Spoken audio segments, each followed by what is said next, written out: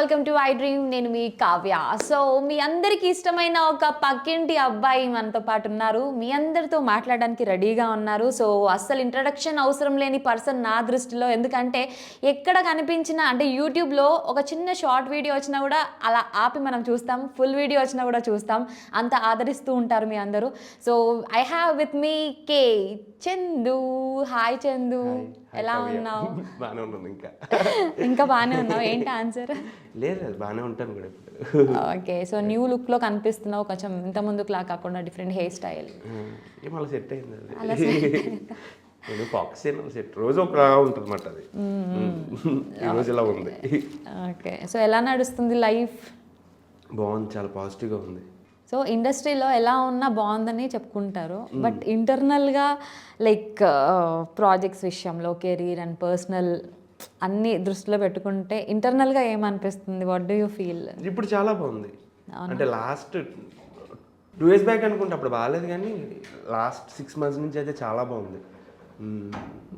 ఒక మంచి సిరీస్ చేసాం ఆకాశవాణి అని, నెవర్ బిఫోర్. నాకు చాలా కొత్తగా ఉంటుంది. చూసిన వాళ్ళు ఇదేంట్రా ఈ సినిమా కదా సిరీస్ చేశారేంటి అనుకుంటారు. అంత కష్టపడ్డాం. ఫస్ట్ ఆఫ్ ఆల్ చాలా కష్టపడ్డాం. అదొకటి రిలీజ్ అవుతుంది అందట్టు. మంచి రోజులు వస్తే ఒక మంచి మాట కూడా చెప్తాను. ఆ సినిమా ఒకటి ఓకే ఎలా ఉంది. So let's see how it's go.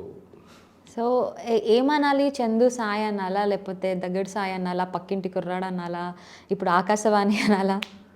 ఇప్పుడు ప్రజెంట్ చందుగడు చందుగాడు లోకల్ అన్నట్టుగా చెప్పావు. ఎందుకు? ఓకే, సో చందుగాడు లోకలా లేదంటే రాజమండ్రి అబ్బాయేనా? లోకలే అండి. లోకల్ రాజమండ్రి యాక్చువల్లీ మాది. అక్కడున్న లోకల్, ఇక్కడ ఉన్న లోకలే. అంతే, ఎక్కడుంటే అక్కడ. ఎక్కడుంటే అక్కడ. సో ప్రాపర్ మొత్తం పుట్టి పెరిగిందంతా రాజమండ్రి. ఎలా ఉండేది అక్కడ లైఫ్? మళ్ళీ హైదరాబాద్ వచ్చాక ఎలా ఉంది? అలా ఒకేలా ఉంది. అంటే నాకు కొత్త ఫ్రెండ్స్ ఏమి ఉండరు, మా వాళ్ళే అందరూ. అక్కడ ఇక్కడ వాళ్ళు కూడా ఉంటారు.